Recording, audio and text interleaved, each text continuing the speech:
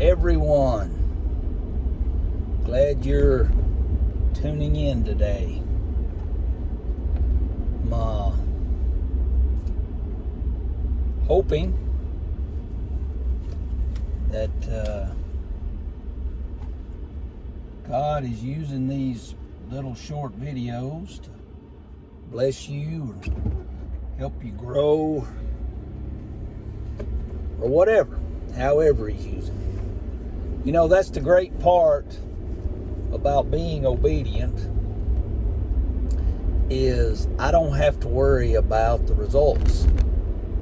All I have to do is be obedient.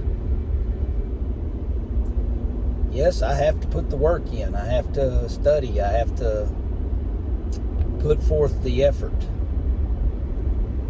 But past that, I don't control the results, so that's up to Him. It's not up to me.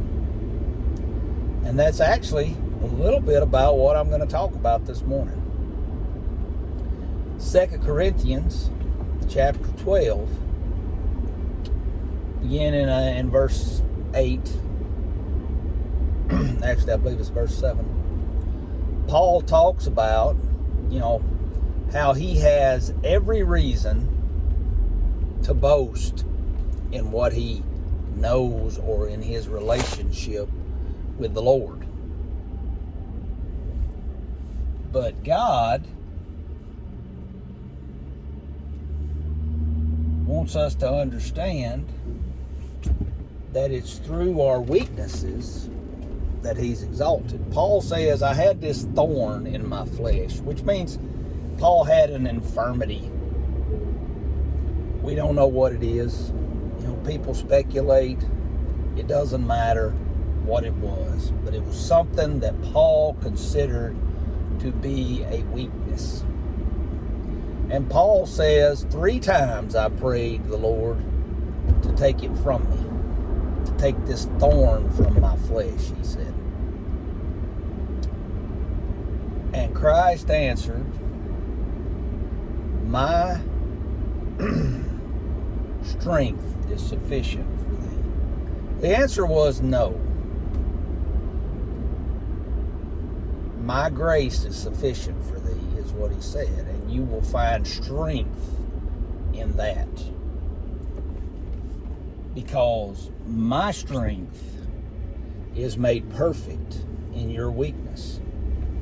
And then Paul says, I will gladly, therefore, deal or accept this weakness so that I can have the power of God in my life. So Paul, while he prayed to get rid of this weakness, he prayed, but God clearly answered, no. You're going to keep it. We have weaknesses in our life. Everyone does. I'm going to share, mine right here. You're doing it. You're looking at it. I hate to hear the sound of my voice. I sound like a country bumpkin from Burnsville, Mississippi, because that's where I'm from.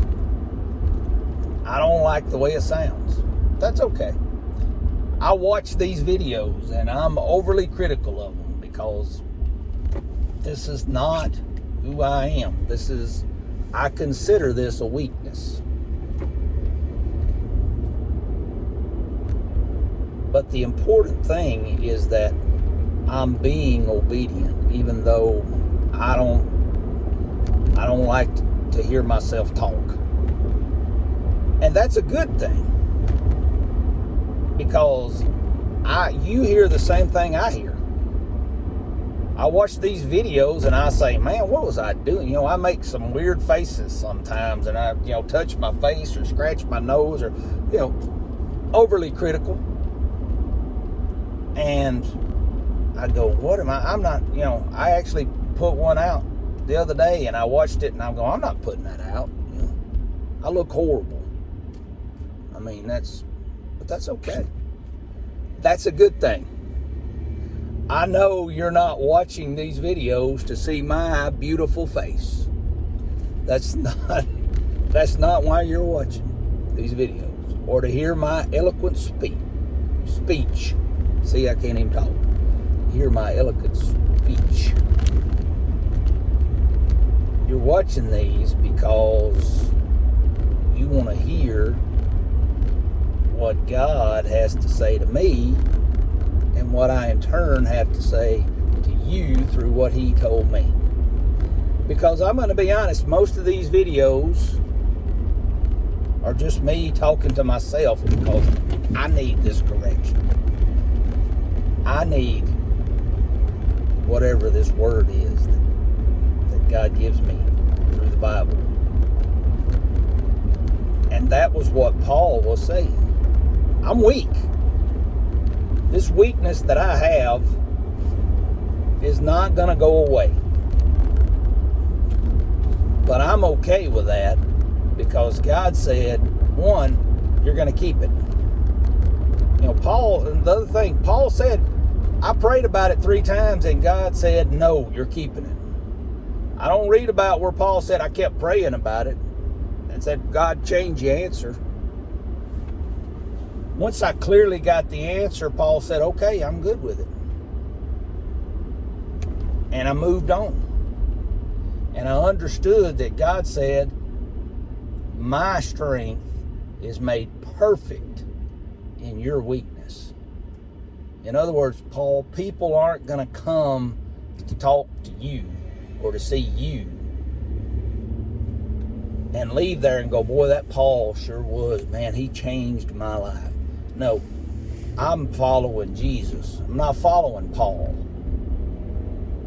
And that's why Paul accepted that he was an imperfect person and he had weaknesses. And his weaknesses were obviously evident. I mean, it was significant enough that Paul wrote about it. That he had a problem with it. Mine's the same.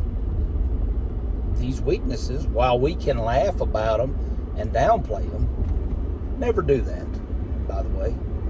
You know, when someone shares a weakness with you and you think it's silly, don't downplay it.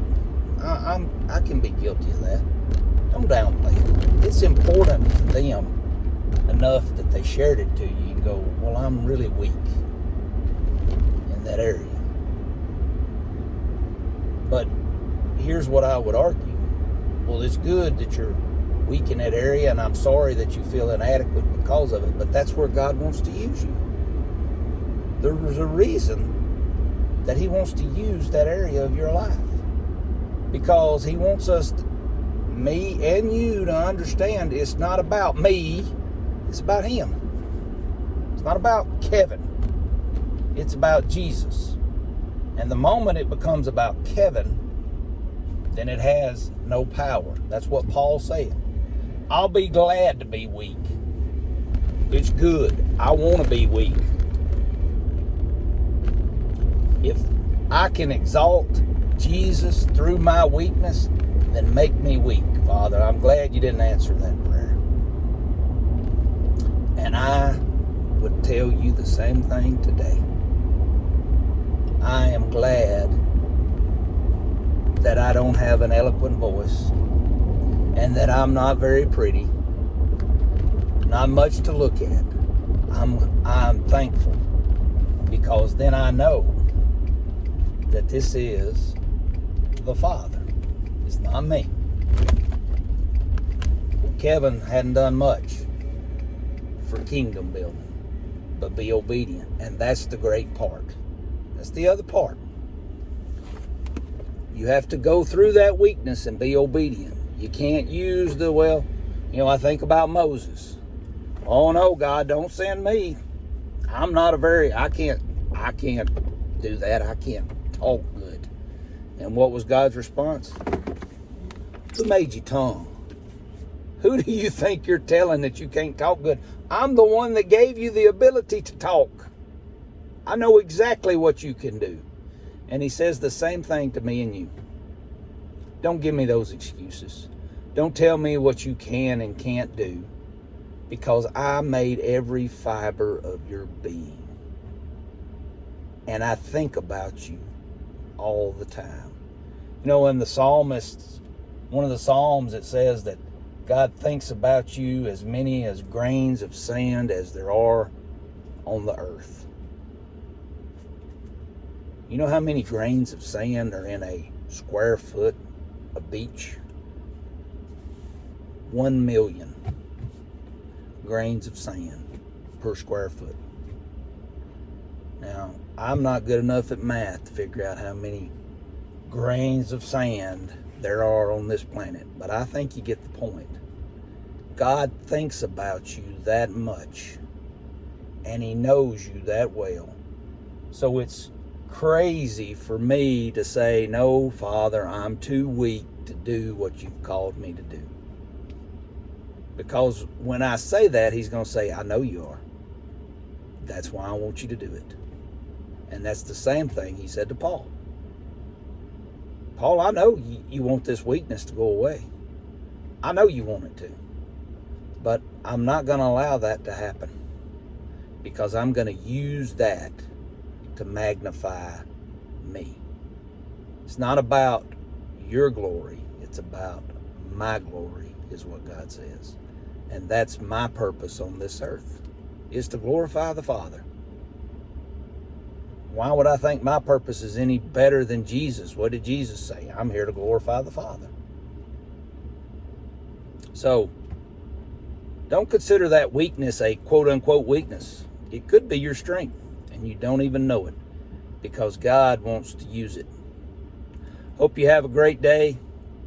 God bless you. Continuing to pray for you. I asked you for your continued prayer, that this message will be about God and not about me. God bless.